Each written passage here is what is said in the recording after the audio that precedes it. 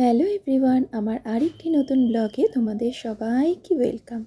দিনটা ছিল ষষ্ঠীর দিন, আর আমি আর রুমাদি এই দিন প্ল্যান করেছিলাম আমরা একসাথে কোথাও ঘুরতে যাব। তো আমরা ঘুরতে গেছিলাম দক্ষিণেশ্বর, আর তাড়াতাড়ি করে রেডি হয়ে নিয়ে আমি বেরিয়ে গেছিলাম। আর এই দিন আকাশটা এত পরিষ্কার ছিল, আর কি সুন্দর লাগছিল আকাশটা, আর ওয়েদারটাও ভালো ছিল। আর এই যে রুমাদি আমার জন্য বাস স্টপে ওয়েট করছিল। তো তারপরে আমি আর রুমাদি একসাথে বাস নিয়ে নিয়েছিলাম, আর রুমাদিকে বলছিলাম, রুমাদি তোমাকে আজকে পুরো নতুন বইয়ের মতন লাগছে।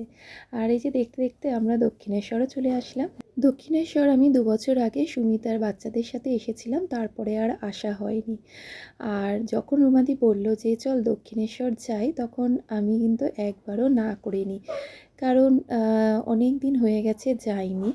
আর আগে তো বছরে 2 থেকে 3 বার তো যাওয়াই হতো, এখন যেহেতু এটা কমে গেছে তো আর না করলাম না। আর এই দিনটা মনের মধ্যে এমন একটা মানসিক শান্তি ছিল, সেটা বলে বোঝাতে পারবো না। আর যখন আমরা পৌঁছে গেছিলাম তখন 1:30টা বেজে গেছিলো বলে মন্দির বন্ধ হয়ে গেছিলো। তো আমরা এদিক ওদিক একটু ঘোরাঘুরি করছিলাম। আর এই যে এখানে প্রচুর হনুমান ছিল, বসে বসে খাচ্ছিল, আর তাদের বাচ্চাগুলোকে বুকের মধ্যে জড়িয়ে ধরে রেখেছিল। তারপরে কিছুক্ষণ ওখানে আমরা দাঁড়িয়ে থেকে আমরা আশেপাশেটাও একটু ঘুরে নিচ্ছিলাম। আর এইখানে ভিউটা তো অসাধারণ, আর ওয়েদারও যেহেতু খুব ভালো ছিল, ভিউটাও খুব সুন্দর লাগছিল। আর এই যে দেখো মন্দিরটা দেখা যাচ্ছে। আর যেহেতু মন্দিরের ভেতরে মোবাইল অ্যালাউ না, তো আমরা বাইরে অনেক ফটো তুলেছিলাম, ভিডিওসও করছিলাম। আর অনেক বছর পরে আমি আর রুমাদি এরকম একসাথে অনেকটা সময় কাটালাম, আর অনেক কথা আমরা শেয়ার করলাম। আর এই দিনটা জানো তো, মানে এত ভালোভাবে আমরা পুজো দিয়েছি, না ছিল কোনো তাড়াহুড়ো, না ছিল কোনো মানসিক চাপ, খুব ভালোভাবে আমরা এই দিনটা পুজো দিয়েছিলাম। আর সত্যি যদি মা চায় তাহলে যত বছর পরেই হোক না কেন তোমাকে সেই জায়গায় আসতেই হবে।